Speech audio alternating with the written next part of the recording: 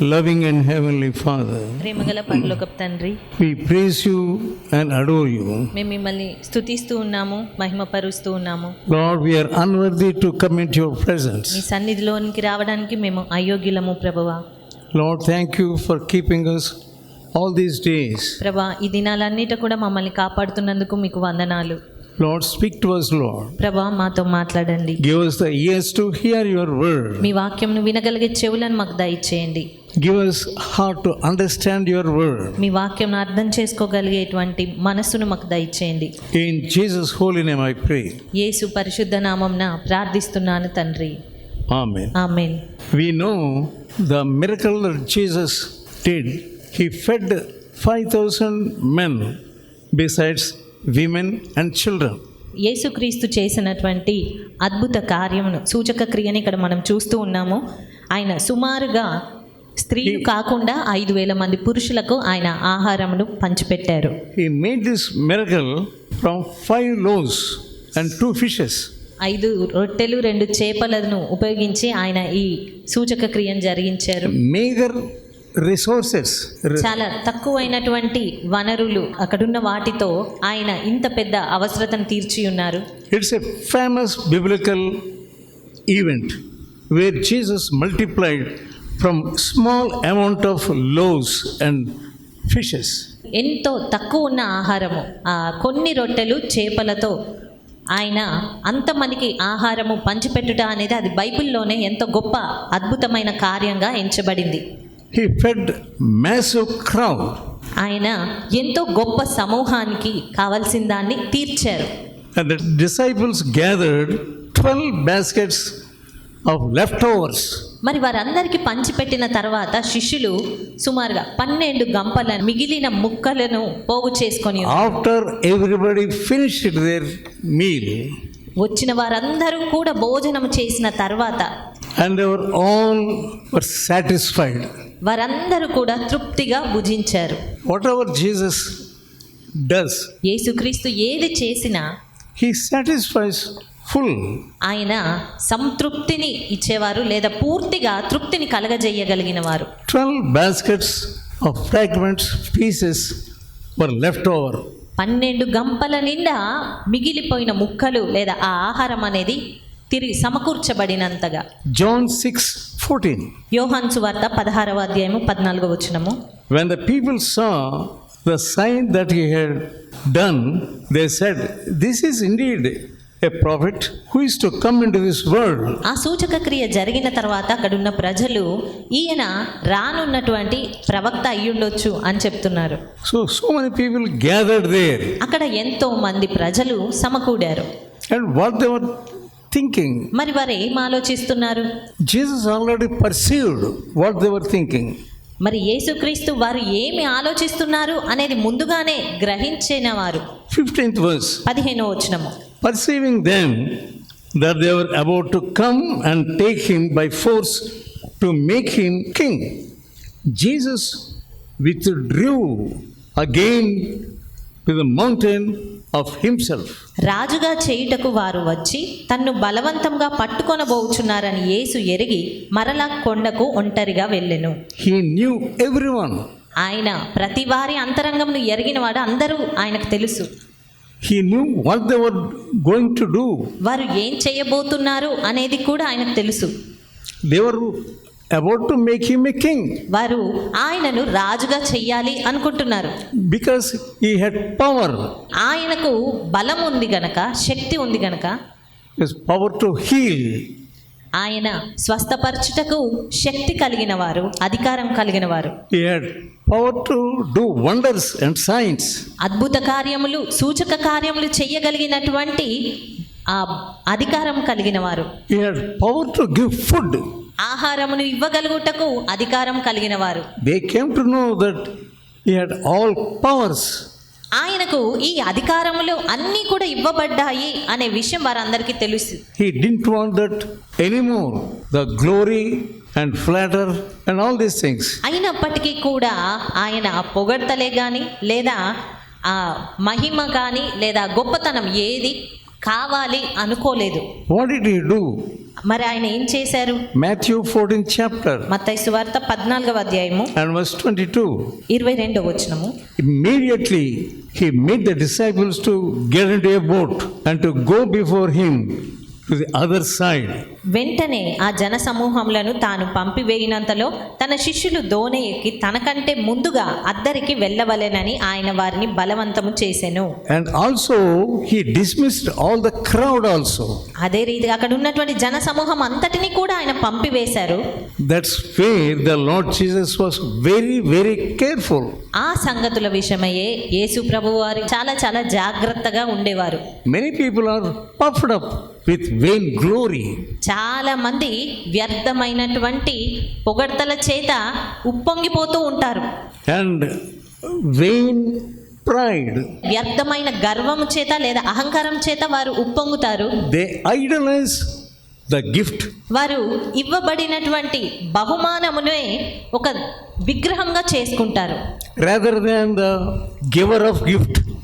ఆ బహుమానము ఇచ్చిన వారి కంటే కూడా ఆ బహుమానాన్ని ఎక్కువ చేసుకొని చూస్తారు. If they heal anybody, ఒకవేళ వారు ఎవరినైనా స్వస్థపరిచినట్లయితే they ask the cameraman to come. వారు కెమెరామెన్ని రమ్మని పిలుస్తారు.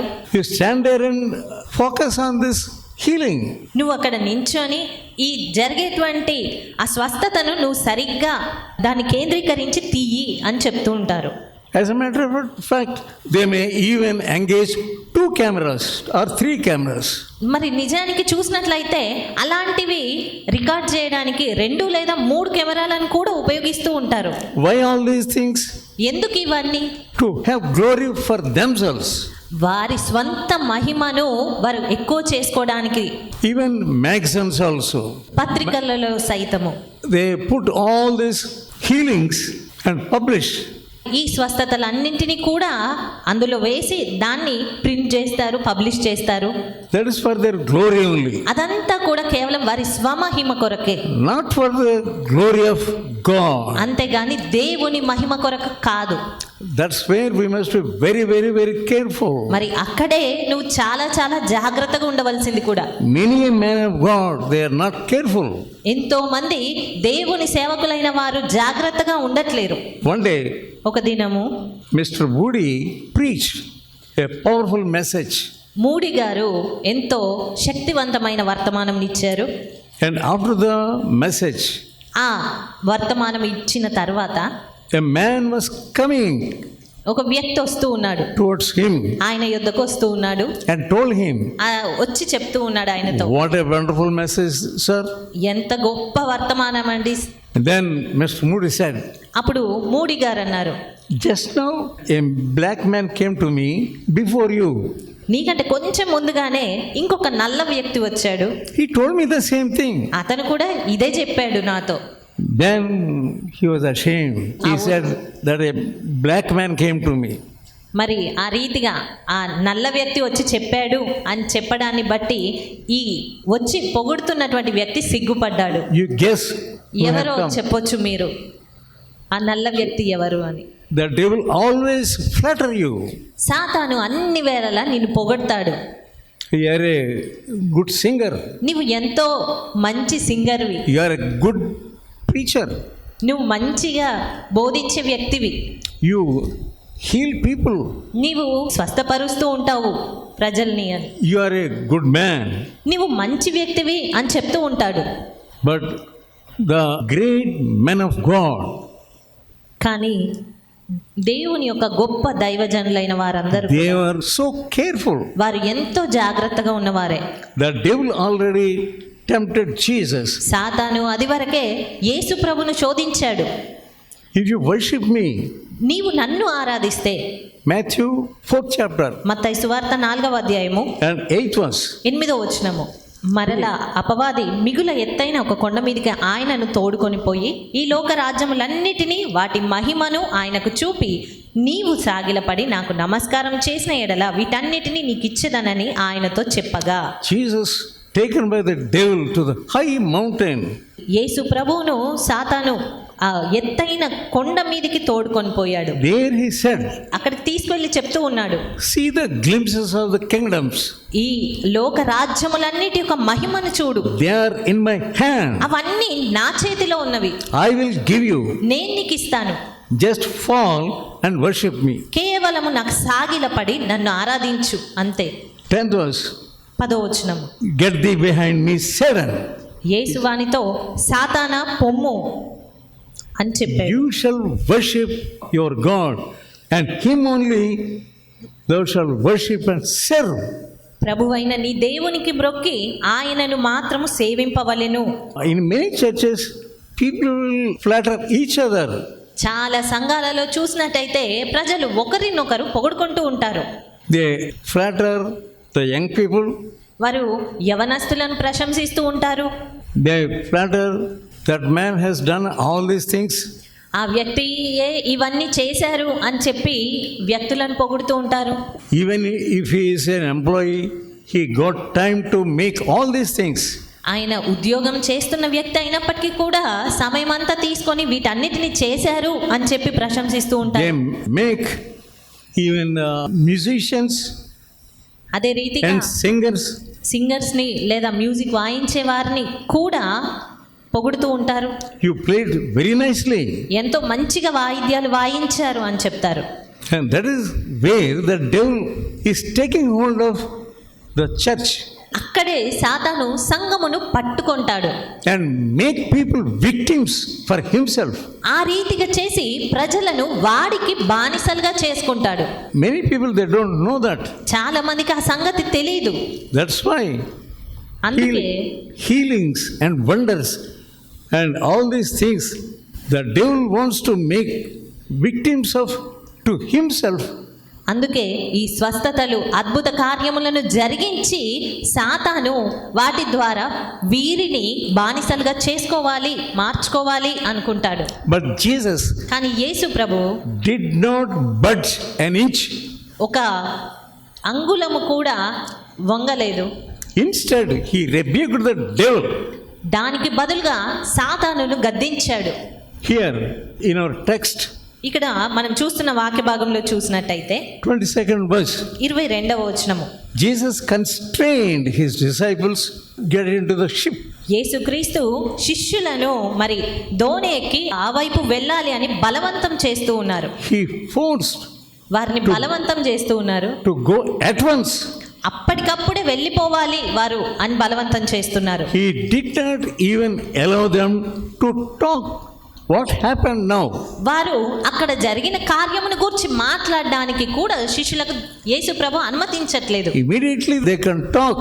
వెంటనే జరిగిన దాని గురించి వారు మాట్లాడుకోవచ్చు. Arey, what miracle Jesus did?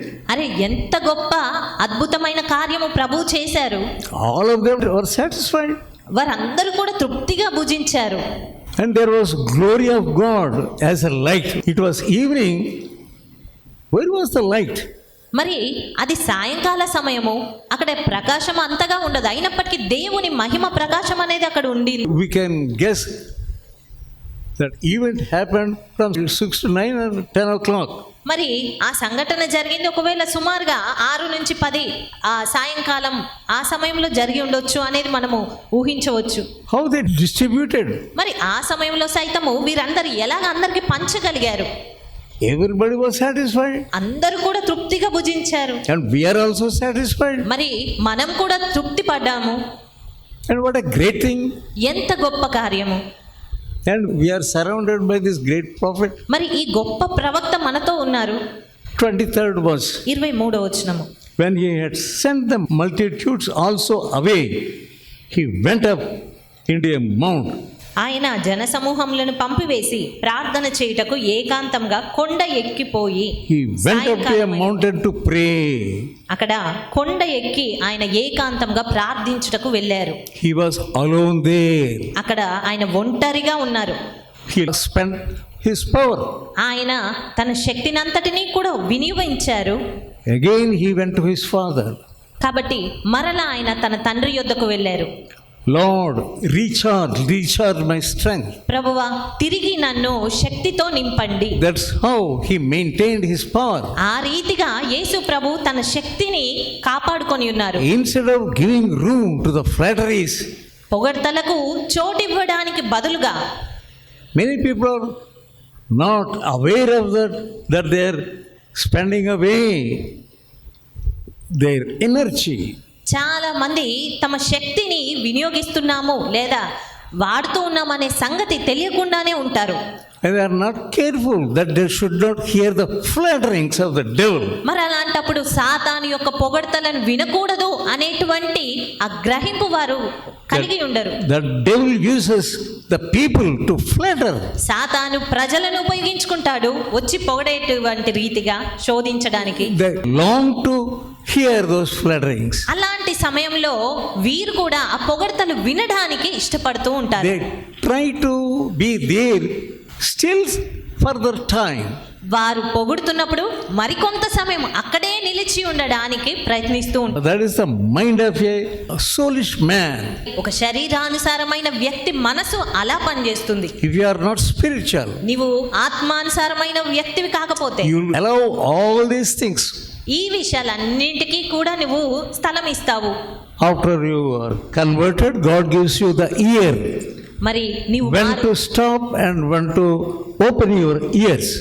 మారు మనసు పొందిన తర్వాత దేవుడు నీకు చెవులను ఇస్తాడు. ఆ చెవుల ద్వారా ఎప్పుడు నువ్వు వినాలి, ఎప్పుడు You will వినకూడదు not- అనేది నీకు తెలియపరుస్తుంది. You will not allow the praises of the people. ప్రజల యొక్క పొగడ్తలను నువ్వు అలాంటప్పుడు అనుమతించలేవు. You will not touch the glory of God. దేవుని మహిమను నువ్వు తాకలేవు. Your mind will be disturbed. నీ మనసు పాడైపోతుంది. అలా అయితే Some people are weak spiritually. కొంతమంది ఆత్మానుసారంగా బలహీనులుగా ఉంటారు. God wants you to be on your knees after anything happens of wonder and miracle and healing. దేవుడు ఏదైనా ఒక గొప్ప కార్యము, అద్భుత కార్యము, స్వస్థత కార్యము లేదా మంచి కార్యం జరిగిన తర్వాత నీవు మోకాళ్ళపైకి రావాలి అని దేవుడు కోరుతూ ఉన్నాడు. Jesus was teaching his disciples. యేసు ప్రభువు ఆయన శిష్యులకు బోధిస్తూ ఉన్నారు. Practically, he was teaching disciples. Practical గా కూడా ఆయన శిష్యులకు బోధిస్తూ ఉన్నాడు, చూపిస్తూ ఉన్నాడు. He himself went alone. దాని నిమిత్తము ఆయనే స్వయంగా ఒంటరిగా వెళ్ళారు కూడా. That means a disciple also must go away from that place. దాని అర్థము శిష్యులు సైతం ఆ స్థలము నుండి వెళ్ళాలి అనేది They చూపిస్తున్నారు. should not be there. వారు అక్కడ ఎంత మాత్రం They ఉండకూడదు. should not spend even a minute. అక్కడ ఒక నిమిషం కూడా ఇంకా అక్కడ ఎవ్వరు ఉండకూడదు. They should not hear the flatteries. ఆ పొగడ్తలను వారు వినకూడదు. What a master your master is. ఎంత మంచి బోధకుడు మీ బోధకుడు అని. Then these people will be spoiled. అలా విన్నప్పుడు వీరు పాడైపోతారు. That's why he sent them away at once. అందు నిమిత్తమే యేసు ప్రభువు వారిని ఒక్కసారిగా బలవంతంగా అక్కడి నుండి పంపించేశారు. Matthew 16 chapter మత్తయి సువార్త 16వ అధ్యాయం and verse 21. 21వ వచనం.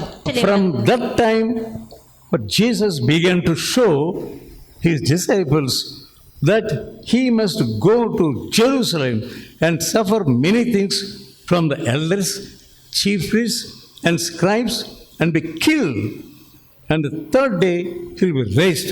అప్పటి నుండి తాను యెరూషలేమునకు వెళ్ళి పెద్దల చేతను ప్రధాన యాజకుల చేతను శాస్త్రుల చేతను అనేక హింసలు పొంది చంపబడి 3వ దినమున లేచుట అగత్యమని యేసు తన శిష్యులకు తెలియజేయ మొదలుపెట్టగా He was telling them about himself.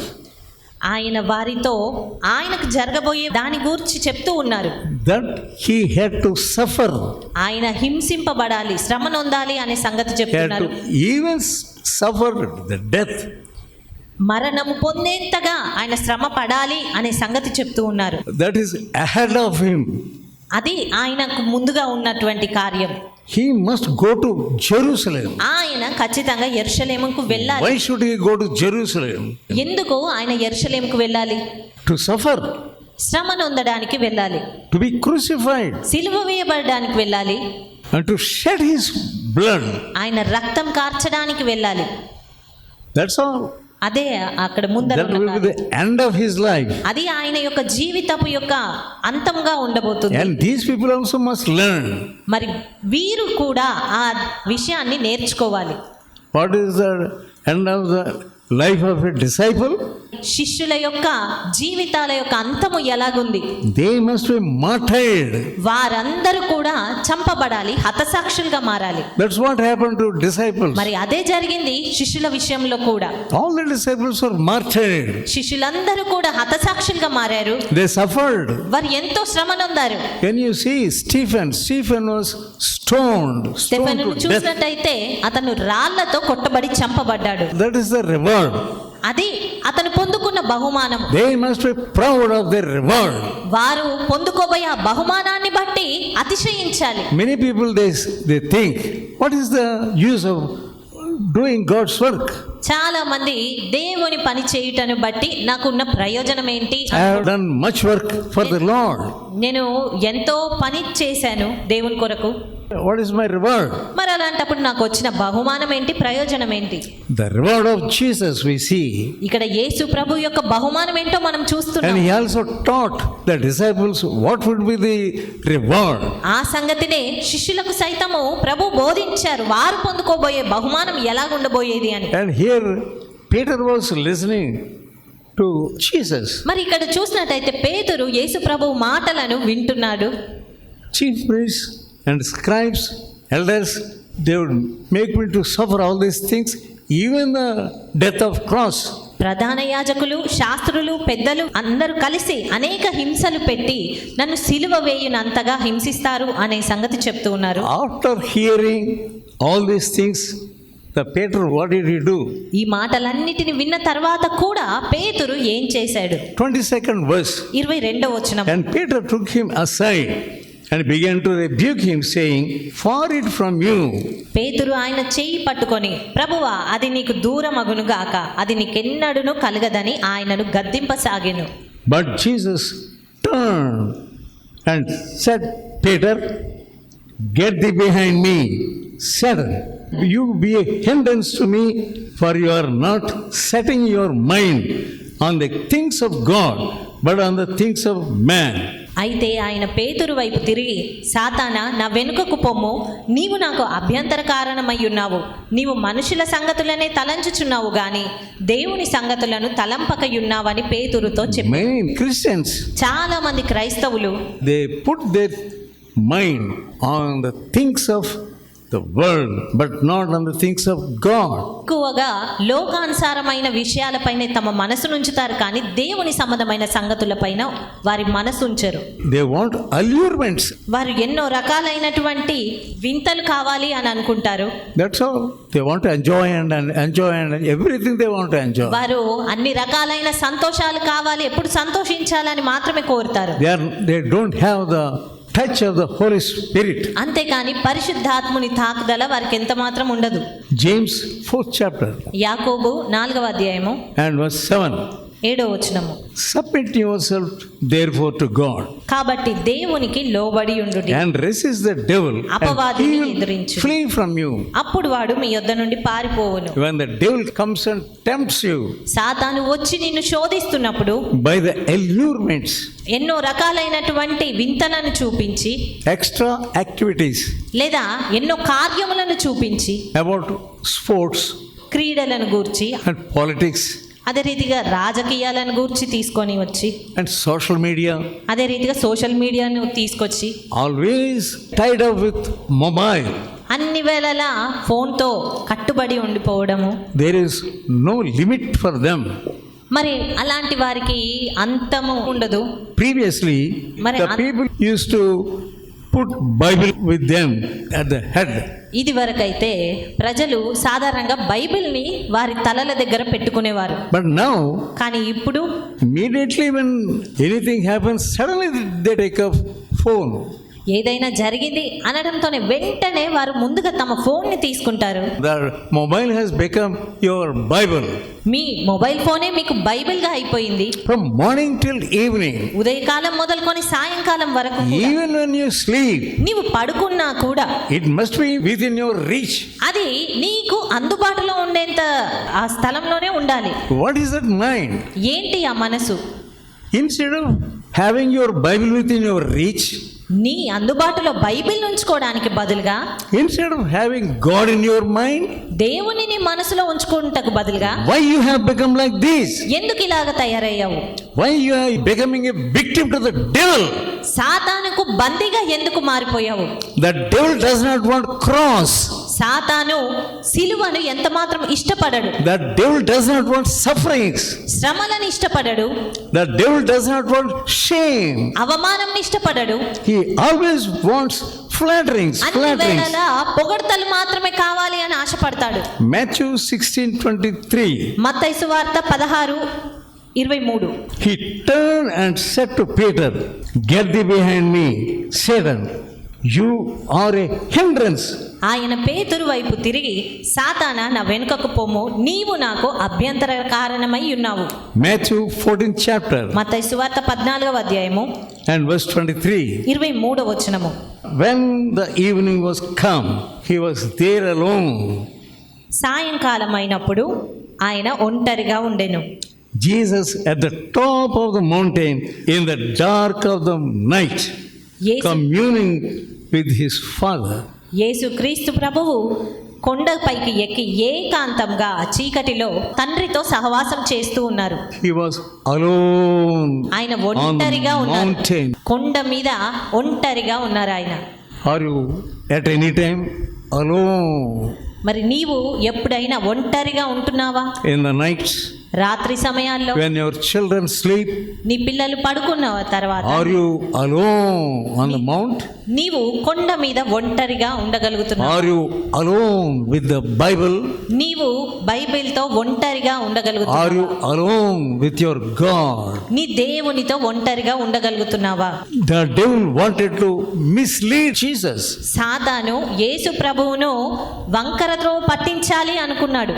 But Jesus was very careful. కానీ యేసు ప్రభువు ఎంతో జాగ్రత్తగా ఉన్నారు. He was teaching his disciples the way of cross. ఆయన తన శిష్యులకు సిలువ మార్గమును బోధించారు. Let us pray. ప్రార్థించుకుందాము.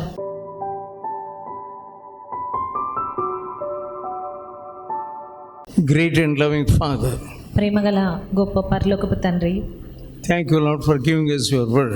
మీ వాక్యం ఇచ్చినందుకు మీకు కృతజ్ఞతలు ప్రభువా. Let your word working in the hearts of these dear people. నీ వాక్యం ఈ నీ ప్రియుల హృదయాల్లో పనిచేయనివ్వండి.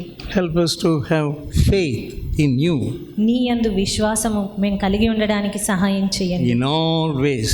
అన్ని రీతిలుగా ప్రభువా. In Jesus' holy name I pray. యేసు పరిశుద్ధ నామమున ప్రార్థిస్తున్నాను తండ్రి. ఆమేన్. Now may the grace of the Lord Jesus Christ, the love of God and the fellowship of the Holy Spirit may rest upon us. Amen.